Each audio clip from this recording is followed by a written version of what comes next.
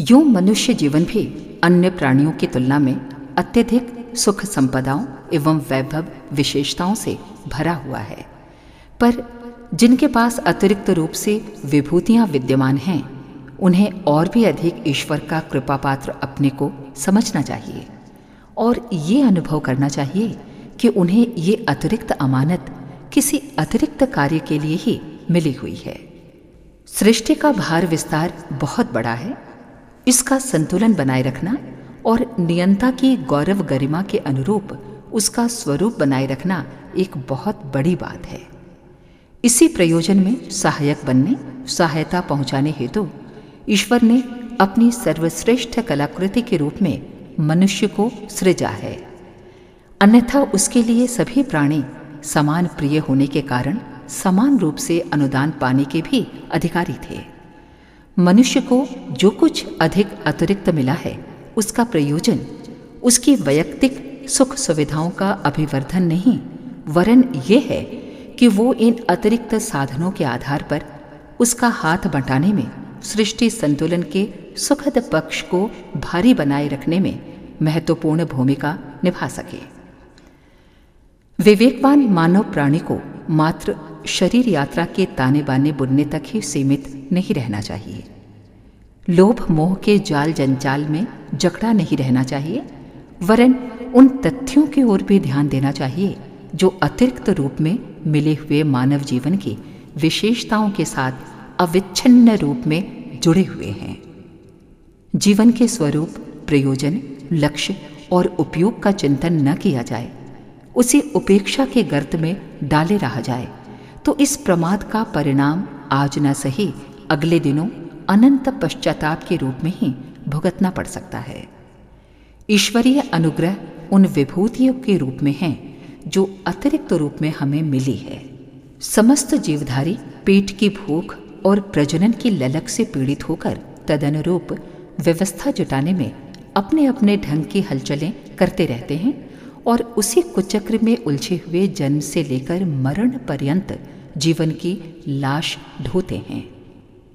उतना ही स्तर यदि मनुष्य का भी रहे तो समझना चाहिए कि वो तात्विक विश्लेषण की दृष्टि से नर पशु की संज्ञा में ही है। इससे आगे बढ़ने और ऊंचा उठने का सौभाग्य उसे मिला ही नहीं। इस स्तर के व्यक्ति कितनी ही सुख सुविधा संपन्न क्यों ना हो, उन्हें इस दृष्टि से दुर्भाग्यग्रसित ही कहा जाएगा कि बहुमूल्य मानव जीवन के सदुपयोग की आत्मचेतना से वंचित रहकर केवल किसी प्रकार अपनी सांसें पूरी कर रहे हैं। हर विवेकवान व्यक्ति को यह तथ्य अधिकाधिक गंभीरतापूर्वक हृदयंगम करना चाहिए और उस पर 1000 बार विचार करना चाहिए कि निर्वाह के अतिरिक्त उसे जो कुछ उच्च स्तरीय अनुदान मिले हैं, वे मौज मजा करने के लिए नहीं, बेटे पोतों को गुलछर्रे उड़ाने के लिए दौलत जमा करने के लिए नहीं, वरन ईश्वरीय प्रयोजनों की पूर्ति के लिए हैं। कोई अमीर, कोई गरीब, कोई अज्ञ, कोई विज्ञ बनकर रहे और इस दुनिया में विषमता, विशृंखलता फैले, ये अव्यवस्था ईश्वर को अभीष्ट नहीं। वो अपने सभी मानव पुत्रों को लगभग एक ही स्तर पर निर्वाह करते हुए, समता को अपनाकर चलते हुए देखना चाहता है। दूसरों की तुलना में अधिक विलासी और संग्रही होकर जीना स्पष्टतः जीवन के उद्देश्य से विपरीत मार्ग पर चलना है। इस मनोवृत्ति के व्यक्ति पूजा पाठ की विडंबना रचकर भी ईश्वरीय अनुग्रह का एक कण प्राप्त कर सकेंगे, इसमें संदेह ही समझना चाहिए। आत्मबोध के अतिरिक्त ईश्वरीय अनुग्रह का प्रमाण दूसरा हो ही नहीं सकता। आत्मबोध के साथ ये व्याकुलता जुड़ी हुई है कि अतिरिक्त उपलब्धियों को उस प्रयोजन के लिए नियोजित किया जाए जिनके लिए ये अतिरिक्त अनुदान दिया गया है। इस प्रकार के आंतरिक पुकार को स्पष्टतः ईश्वर की वाणी समझा जाना चाहिए और जिसमें ये आत्मा की पुकार जितनी तीव्र हो, उसे अपने को उतना ही बड़ा ईश्वर का प्रिय पात्र अनुभव करना चाहिए। जीवन के उद्देश्य की पूर्ति के लिए जो जितना अधिक पुरुषार्थ कर सके, साहस दिखा सके, उसे उतना ही बड़ा अध्यात्मवादी, ईश्वर पारायण मानना चाहिए। हमें नकलीपन से ऊंचा उठना ही होगा और सच्ची ईश्वर भक्ति का मार्ग अपनाकर वो सच्चा ईश्वरीय अनुग्रह प्राप्त करना होगा जो मरने के बाद स्वर्ग मुक्ति मिलने के आश्वासनों में नहीं उलझाता, वरन देवोपम महानता के पथ पर तत्काल अग्रसर करता है। साथ ही आत्मसंतोष एवं आत्मोल्लास के वरदान से तत्काल सुसंपन्न करता है। विभूतिवानों को अपने अतिरिक्त सौभाग्य पर संतोष और गर्व अनुभव करना चाहिए। उन्हें दूसरों की अपेक्षा अधिक उच्च पद और अधिक भारी उत्तरदायित्व सौंपा गया है। सेना में सिपाही बहुत होते हैं, पर नायक, कप्तान, जनरल आदि के पद तो चुने और छटे हुए व्यक्तियों को ही दिए जाते हैं। जिन्हें पेट और परिवार पालने से अधिक आगे बढ़ने की उत्कंठा एवं योग्यता प्राप्त है, उन्हें मुक्त कंठ से ईश्वर का विशिष्ट कृपापात्र एवं प्रतिनिधि समझा जाना चाहिए। इस कृपा को सार्थक बनाने के लिए उस स्तर के व्यक्तियों को लोभ और मोह का अंधकार चीरते हुए आगे बढ़ना चाहिए और अवरोधों को कुचलते हुए साहसपूर्वक उस मार्ग पर चलना चाहिए जिस पर कि सच्चे भगवत भक्त अनादिकाल से चलते रहे हैं।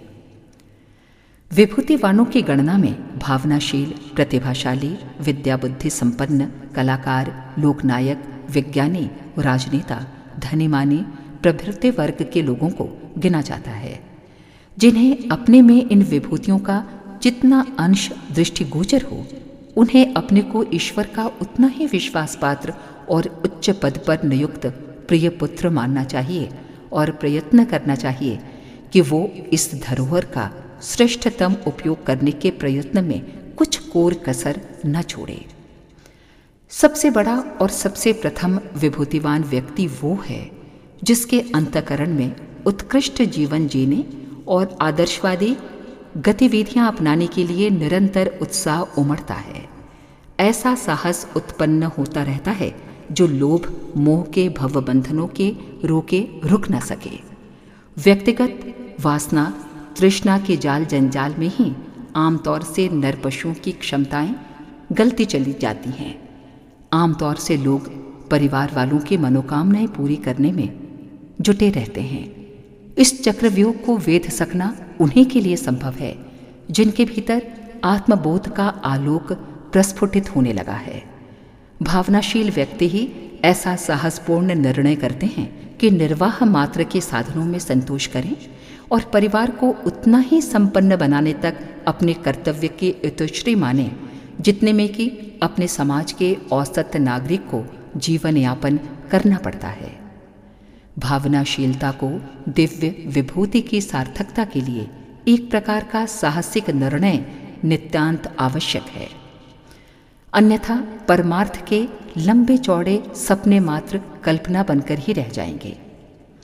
आध्यात्मवादी, धर्मपरायण, त्यागी, तपस्वी, परमार्थी, संत सुधारक, ब्रह्मपरायण, महामानव स्तर के देव पुरुष वे ही हो सकते हैं जिन्हें भावना की विभूति भगवान ने दी हो। कृपण और संकीर्ण लोगों को इस प्रकार का सौभाग्य मिल ही नहीं सकता। स्वार्थपरता का पिशाच उन्हें कुछ करने ही नहीं देता। यदि उनकी पकड़ से एक कदम आगे बढ़ा भी जाए तो वो दूसरे बाड़े में और भी अधिक मजबूत रस्सों से पकड़कर जकड़ देता है। सांसारिक लोभ मोह से ऊंचा उठकर त्याग परमार्थ की बात सोचने वाले लोग भी प्रायः एक कदम ही चलने के बाद फिर औंधे मुंह गिर पड़ते हैं। स्वर्ग, मुक्ति, सिद्धि, चमत्कार, पूजा प्रतिष्ठा जैसे व्यक्तिगत लोभ लाभ ही फिर नए रूप में मार्ग को घेर कर खड़े हो जाते हैं। स्वार्थी मनुष्य इस लोक की संपदा के बदले परलोक की संपदा चाहने लगता है। ये विशुद्ध रूप से सट्टेबाजी है। छिटपुट दान पुण्य करने वाले स्वर्ग में आलिशान भवन और अजस्र वैभव पाने के लिए दांव लगाते हैं। स्वार्थ पूर्ति के बिना चैन नहीं। संसार के पैसे का लोभ घटा तो स्वर्ग के ऐश्वर्य का लालच सिर पर सवार हो गया। कोल्हू की बैल की दिशा भर बदली, घेरा ज्यों का त्यों रहा। चक्कर वैसे का वैसा लगता रहा। भावनाओं को यदि उत्कर्ष की दिशा में बढ़ चलने का अवसर मिले तो उसके लिए एक दिशा है, वो है अपने चिंतन में उत्कृष्टता और व्यवहार में आदर्शवादिता का सघन समावेश किया जाए। चिंतन की उत्कृष्टता की निरंतर प्रेरणा ये रहती है कि उसका व्यक्तित्व आदर्श, उज्ज्वल और अनुकरणीय हो। ऐसा व्यक्ति संयम, सदाचार, कर्तव्य का पूरा ध्यान रखता है और पुरुषार्थ को प्रखर बनाकर मानवीय क्षमता के सदुपयोग से संभव हो सकने वाली प्रगति को सर्वसाधारण के सम्मुख प्रमाण रूप में प्रस्तुत करता है। उत्कृष्ट चिंतन हर घड़ी इसी प्रयास में लगा रहता है कि किस प्रकार गुण, कर्म, स्वभाव का स्तर श्रेष्ठतम बनाया जाए, पुरुषार्थ को किस प्रकार प्रखर और व्यवस्थित किया जाए। आत्मनिर्वाण में प्रचंड तत्परता को देखकर ही ये प्रमाण प्राप्त होता है कि चिंतन की उत्कृष्टता का कितना अंश घुल मिल सका है। भावना का अदृश्य पक्ष यही है। भावनात्मक उत्कर्ष का दृश्य है आदर्शवादी क्रियाकलाप। लोक मंगल, जन कल्याण, समाज का उत्थान, सेवा, साधना एवं परमार्थ प्रयोजन की गतिविधियों में इस दृश्य को गतिशील रहता देखा जा सकता है। भावनाशील व्यक्ति स्वार्थ भरी संकीर्णता की सड़न में कृमि कीटकों की तरह संतुष्ट रह ही नहीं सकता। उसे उन्मुक्त आकाश में उड़ने वाले पक्षी की तरह अपना क्षेत्र अत्यंत विस्तृत दिखता है। विश्व मानव की समस्याएं अपनी ही होती हैं। विश्व कल्याण में उसे अपना निज का स्वार्थ दिखाई पड़ता है, अस्तु निजी महत्वाकांक्षाओं की ओर से उसे मुंह मोड़ना पड़ता है। पुत्रेषणा, वित्तेषणा की त्रिविधि स्वार्थपरताएं उसे दुर्बुद्धिजन्य दुर्गंध मात्र प्रतीत होती हैं। ऐसा व्यक्ति बड़प्पन को ठुकराकर महानता का वर्ण करता है। शरीरगत लिप्साएं और परिवारगत लालसाओं पर विवेक युक्त नियंत्रण रखता है और देखता है कि उसका जीवन इतने छोटे क्षेत्र में ही सड़गल नहीं जाना है। व्यापक क्षेत्र में ही उसके कुछ कर्तव्य हैं और वे तभी पूरे हो सकते हैं जब शरीर और परिवार को ही चरम लक्ष्य मान बैठने की क्षुद्रता से ऊपर उठकर रहा जाए। ऐसे व्यक्ति घोर व्यस्तता के बीच परमार्थ प्रयोजनों के लिए पर्याप्त समय पाते हैं। लोक मंगल के कामों से उन्हें फुर्सत न रहने का बहाना नहीं बनाना पड़ता। इसी प्रकार अभावग्रस्त स्थिति में भी वे अपनी रोटी का एक टुकड़ा विश्व की कुरूपता को सुंदरता में बदलने के लिए खुशी खुशी समर्पित करते रहते हैं। उन्हें दरिद्रता के कलेवर में अपनी कृपणता छिपाने की आत्मवंचना नहीं करनी पड़ती। यूं भावनाओं के असंतुलित उभार कभी कभी ज्वार भाटे की तरह साधारण सी सामयिक परिस्थितियों को लेकर भी आवेशग्रस्त हो जाते हैं। कभी करुणा और दयालुता का इतना उभार आता है कि जो कुछ पास में है इसी घटना या स्थिति पर निछावर कर दें। उफान ठंडा होते ही उस ओर से विमुख हो जाने और उपेक्षा बरतने में भी देर नहीं लगती। जरा सी बात इतनी चुभ जाती है कि आंसू रोक नहीं सकते। जरा सी हानि इतनी असह्य होती है कि सब कुछ सदा के लिए अंधकारमय प्रतीत होता है। कभी कोई सफलता मिल जाए तो कल्पनाएं आकाश के तारे चूमने लगती हैं। किसी के प्रति आकर्षण हो जाए तो वही सर्वगुण संपन्न देवता दिखाई पड़े और जरा सी खटक हो जाए तो फिर उसका स्थान राक्षस पिशाच से कम प्रतीत न हो। मूड ही उनका प्रेरणा केंद्र होता है। भावुकता की अत्यधिक प्रबलता वाले व्यक्तियों का भक्ति के बिना गुजारा नहीं। भक्ति भाव की एक लहर आ जाए तो नाचने कूदने लगे और ऐसे तन्मय दिखाई पड़े मानो समाधि में चले गए हों। ये बुखार उतरते ही आचरण ऐसा गिर जाए मानो अध्यात्म तो दूर साधारण सौजन्य से भी उनका कोई रिश्ता नहीं। ऐसी चित्र विचित्र प्रकृति के आवेशों और उभारों के पालने में झूलने वाले कल्पनाजीवी व्यक्तियों की इस संसार में कमी नहीं। मोटे तौर से इसी वर्ग के लोगों को भावनाशील माना जाता है और इन्हीं अस्त व्यस्त मनोदशा वाले अर्ध विक्षिप्तों को भावुक कहा जाता है, पर तथ्य ये नहीं है। भावनाशील व्यक्ति में विवेकशीलता और दूरदर्शिता की मात्रा अपेक्षाकृत कम नहीं अधिक ही होती है। वो लोभ और मोह के, वासना और तृष्णा के चारों जाल जंजालों के बंधनों को तोड़ने का साहस दिखा सकता है और औचित्य को अपनाने में अंतरंग और बहिरंग क्षेत्र में उपस्थित होते रहने वाले अवरोध का साहसपूर्वक निराकरण कर सकता है। चिंतन में उत्कृष्टता और आचरण में आदर्शवादिता का प्रगाढ़ समावेश कर सकने में समर्थ मनस्विता और तेजस्विता की आवश्यकता पड़ती है। उसे अपनाने का जो शौर्य साहस प्रदर्शित कर सके उसे भावनाशील कहा जाएगा।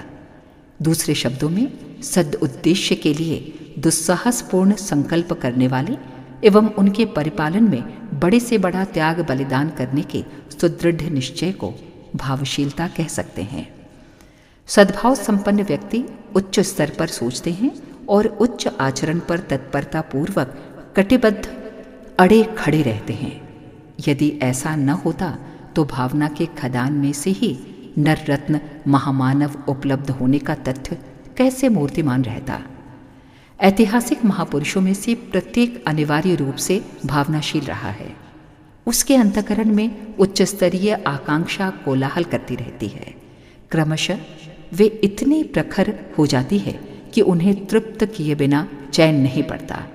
आत्मा की पुकार, अंतर्वेदना, ईश्वर की वाणी इसी को कहते हैं। उसी आत्म प्रेरणा के प्रकाश में मनस्वी लोग साहसिक कदम उठाते हैं, प्रस्तुत अवरोधों की उपेक्षा करते हैं और क्रमशः प्रस्तुत लक्ष्य के पथ पर बढ़ते चले जाते हैं। और ये क्रमिक मात्रा उस व्यक्ति को ऐतिहासिक महामानव के पद पर प्रतिष्ठित कर देती है। विभिन्न कार्यक्षेत्रों में, विभिन्न देशों और कालों में उत्पन्न हुए महामानवों के बाह्य क्रियाकलाप भले ही भिन्न रहे हों, पर उनका आंतरिक विकास इस एक ही स्तर का रहा है।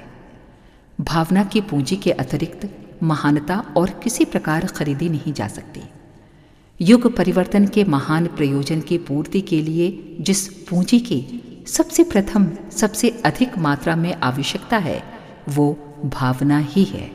इसका जागरण, अभिवर्धन किए बिना और किसी प्रकार धर्म की मांग को पूरा नहीं किया जा सकता।